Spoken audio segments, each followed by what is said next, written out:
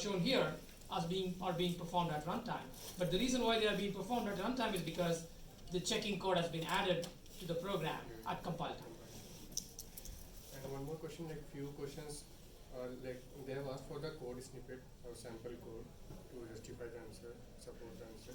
In that case, do we not, like I saw few examples, they are complete code as such, function definition and even define is given. So we are supposed to write code answer like that? So obviously, right? Because there was So one the integer expectation for also. the answer I provide Mhm. is different from the expectation for the answer that you provide, right? So I can't give you, when you answer a question in an exam, you're going to have lots of, it's unavoidable that there will be some mistakes, right? And there will be some things missing in your solution, right? But when I give you a solution, I can't do that, right? I have to give you something that's So it is as complete the as same. possible. So what I expect from you in your solution is different from what is true of the solution that I provide. Right? Because otherwise, if I give you some half-baked solution, which I might still do, but the goal is not to give you anything half-baked because it will cause confusion, right? So that's why. Thank you. Yeah, go ahead. So in one of the solutions, the problem here is to call execl by overwriting the return address. Mhm. So it says that the argument is to be provided right after the array. Shouldn't it be like 2 blocks above the array? Right after is, not, don't take it too literally, right? Yeah.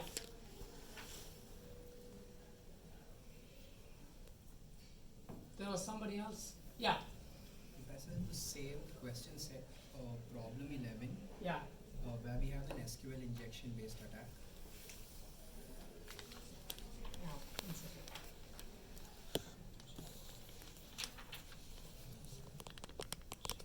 Problem 12, you said? 11, Professor. Okay. So, Professor, the query utilizes two particular variables. One is F4 and UID. So say that again. The query, like when we are building the query up, we Yeah. use two particular variables, F4 and UID, to fill in the parameters. Okay, F4 and UID. Yeah. Okay. So there is no mention of the source or like from where the data for UID is sourced from. So can we overflow? Like, can we give a injection So through let UID? me just Sure. make sure that I see the line where As this one. printf. Yeah. So can we do an SQL injection just using the variable UID? Because the option mentioned, like the answer what you have mentioned is, there is the only particular attack that you could do is overwrite all of the emails with the attacker's email. But if we could do an injection through UID, we could actually do a little more harm than just overwrite emails. Right. But there is no mention of UID as Right. its So source. you have to assume that if some variable doesn't come from the attacker, right? If you don't see explicit indication that something is coming from the untrusted user or the attacker, then you have to, then that is not something that you can control, right? So in this case, F2 is something that comes from a form field. So you know that, okay, that is something that the attacker can control. Anything where it's not explicitly given to you that it can be controlled by the attacker and there isn't sort of contextual, like get form field is, kind of tells you, okay, so this is something that could be coming from the attacker. But if you can't say that it is coming from an attacker, then you should assume that the attacker cannot control it. So if I would write that answer, it would be wrong if I used UID for an SQL injection. Right, so I will only give credit for reasonable answers.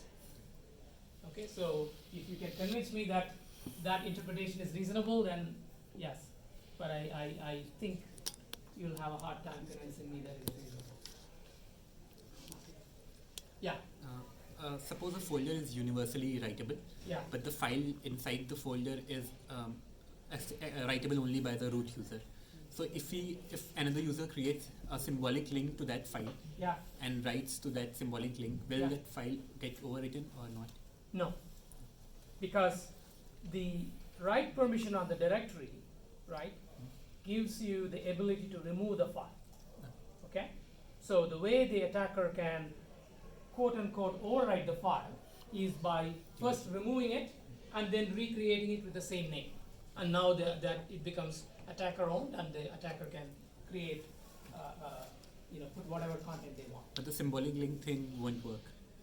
The symbolic link is just, just a link, right? It doesn't change Any permission? permissions or anything like that, right? It's just, again, when you think about these problems, there are basically two steps, right? First is that a name is resolved into a file object, and then an operation is done on the file object, right? So symbolic links, interfere with the first step, the name resolution or name lookup step, but they don't affect the second permissions. step. And the file permissions, right, are part of the file, right? They're not part of the directory, they are part of the file. So if there is symbolic link, the symbolic link contains no information about the permission of the target file because it's only the target file that has information about permission. Okay? Yes? Professor? Yeah. On the same topic, Yeah. there's one of the questions that you mentioned that if there is a directory that is owned by the root Mhm. and the directory has write permissions, Mhm. one of the attack and there is a particular file that is owned by the root again with Mhm. only read permissions. Yeah. Um, So can you tell me where this, because this it's is kind of a long, sample problem set two. the second problem set? Second problem set.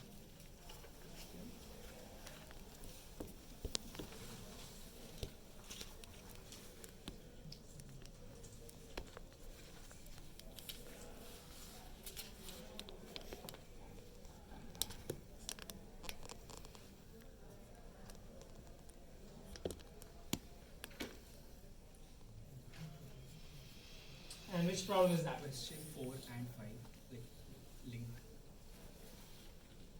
3, 4, and 5? No, only 4 and 5. Okay. Doubles goes this contains.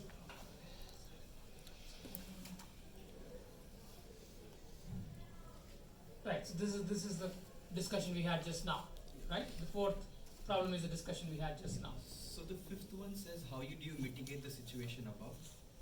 So you mentioned use of the sticky bit Yeah, to avoid any deletions like that. right. Could changing the permissions also work? Like if I change the write permission on the directory to just read permission for the group and others, would that also work? Of course it will work, but presumably you gave the right permission on the directory for some reason, right? Because otherwise, it's a stupid thing to do, right? Because if there's no reason to share the directory, then of course you should not give a right permission, right?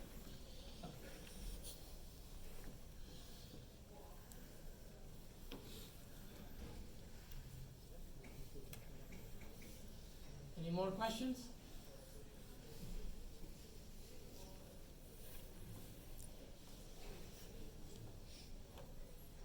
Okay, so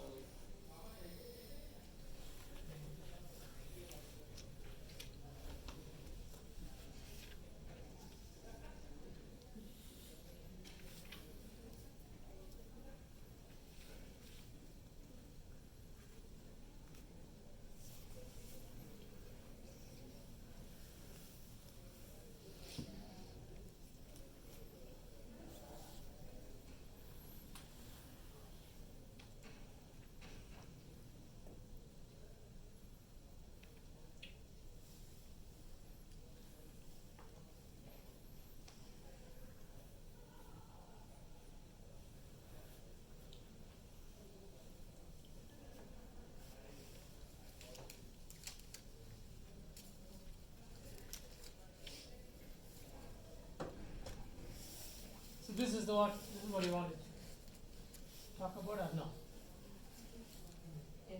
It is, right? Okay. So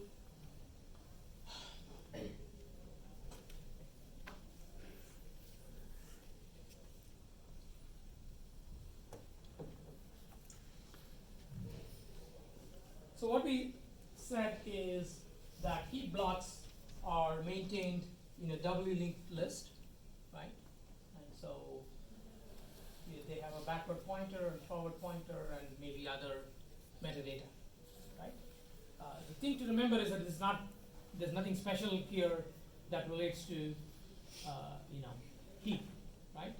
It's all about doubly linked lists, right? So whenever a doubly linked list, the links, if they can be corrupted, then the attacker can have this, use that corruption to have this primitive that allows them to write, arbitrary content at arbitrary location, right? So this is sort of quite general that way. So anytime you have doubly linked list, you better be aware of this potential issue and make sure that you think about the threat model, meaning is it possible that an attacker could somehow override this metadata? And if that is possible, then you need to be careful, right? And there are two techniques to deal with the corruption. The one that is used in the heap is something based on a canary that is put in between the data part of the block and the metadata part of the block. So if there is an overflow, then the canary will be overwritten and therefore that will be detected. Another way to detect it is how? There is another way to detect whether the data has been corrupted. The CMMC. That's, yeah, you could use some full memory checking, but if you are willing to do that, then why you don't have to worry about anything. But usually, using those techniques is too expensive or too difficult for various reasons, and so you're looking for something lighter weight, which is why you're considering canaries, right? So if you don't use canaries, then you still have this consistency check, which is, my backward point.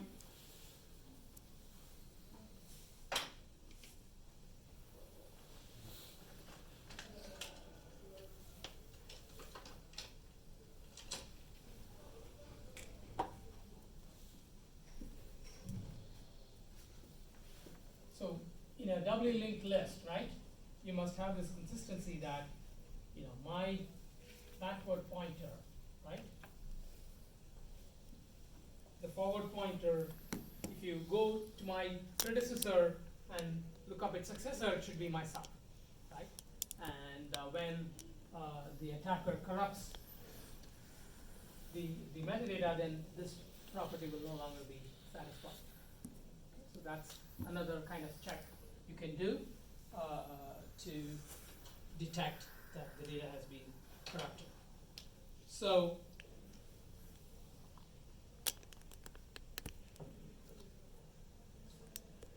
okay, so why does this happen? Because to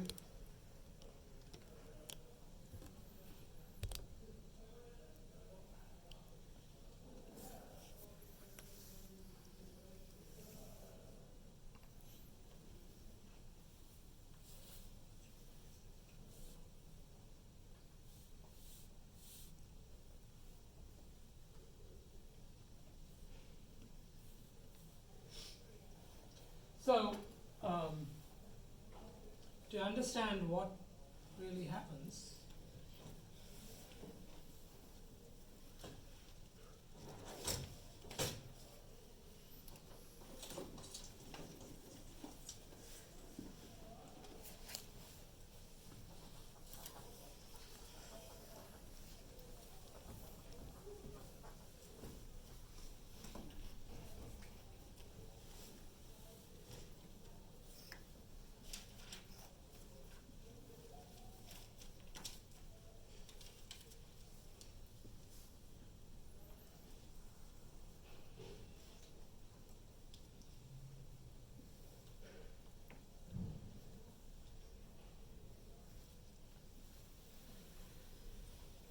so this is the chunk C, right? And what's going to happen is that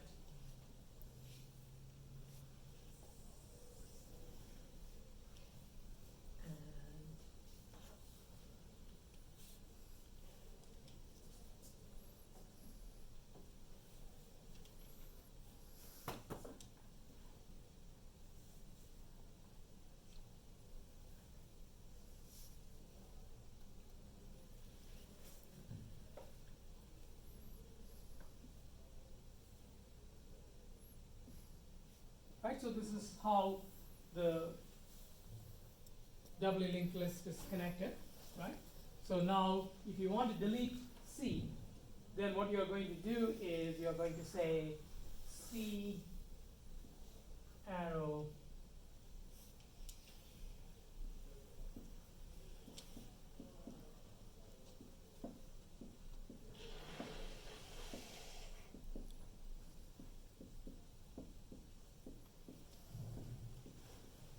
right?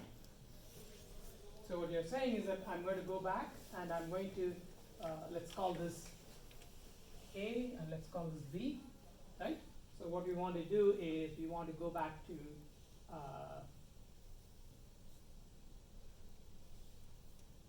my predecessor and set its for next to be my next, right? So that's what we are doing here, right? Now, if you look at exactly what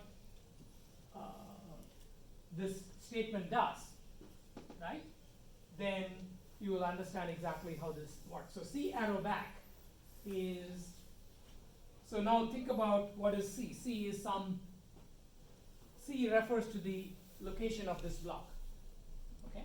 So C arrow back is something we can express as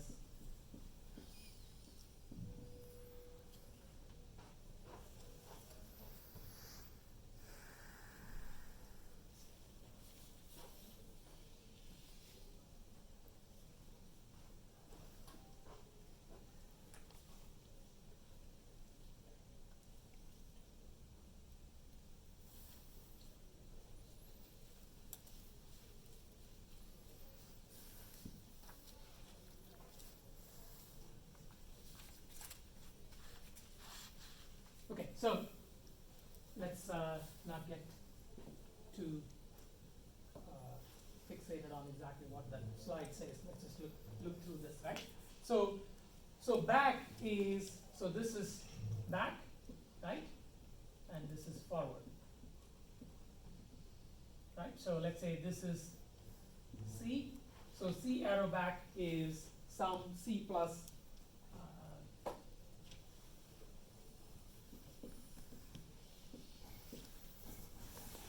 right? Internally, there is an offset from the base of the struct to the backward pointer.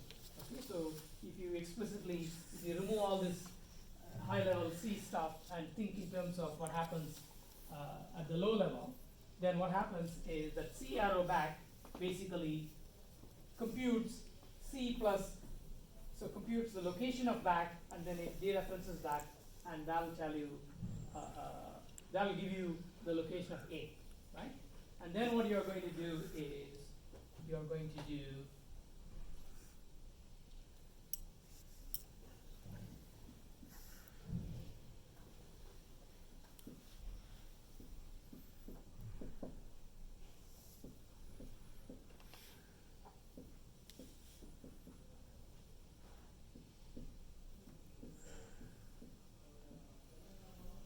okay. So C arrow forward is nothing but the content capital B that the attacker has written. Okay, so we start with the assumption that the attacker has somehow corrupted the metadata, right? So let's call this A, right? The attacker has overwritten back with A, and the forward with B, right? So now with this assumption, let's substitute that over there, right? So this is B, right? So call that B. Now this is A, right? Because this was nothing but, we expanded that, so maybe I should have just kept it as C arrow back. But the point is that this whole thing is nothing but A, right? So essentially what the attacker, the original statement C arrow back arrow forward equals C arrow forward has the meaning of writing the value B into the memory location A plus some offset. Okay? And so that's how the attacker gets the arbitrary memory write capability by from that statement.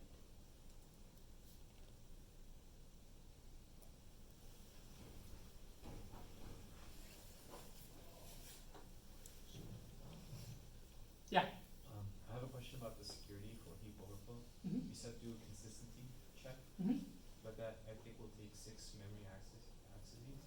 So isn't that too slow also? So the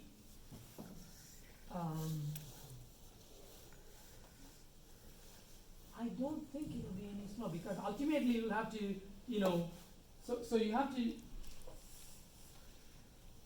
So let's see what you have to do, right? C arrow. Let me not write, you know, I don't want to write forward and backward and so on. So let me just use B and F.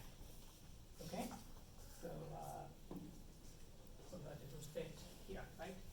C arrow B arrow F equals C arrow F, right? And then I also have to say C arrow F arrow B equals, I think just C equals C. no. It has to be sort of symmetric, right? Oh, right hand side would be C. Just C. No, it won't be, right? How will it be? Because you go back and you go forward again. So you're back at yourself. No. So C forward, right? So C's forward is here, and you're setting its backward to be C's backward. Oh, I thought we were just doing equality chain. No. No. No, this is not a consistency check. You're right, right? Okay. So what I'm trying to say is that what are the things that are accessed, right? So these are the memory accesses that are performed just to do the unlinking, right? Yeah. For the checking, the additional things that you do are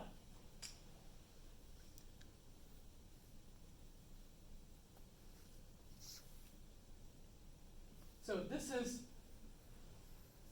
location is going to be written, right? Now, to do the consistency check, you will also read it, right? The same thing here,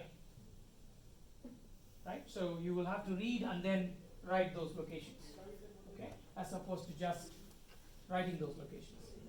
And I guess that can have a somewhat, it can be more expensive, right? It can be. I'm not aware of, I don't recall whether performance consideration is something that people, worry about here, in the sense that whether it is really causing a performance overhead in a real implementation, that I'm not able to tell. It can be a little bit more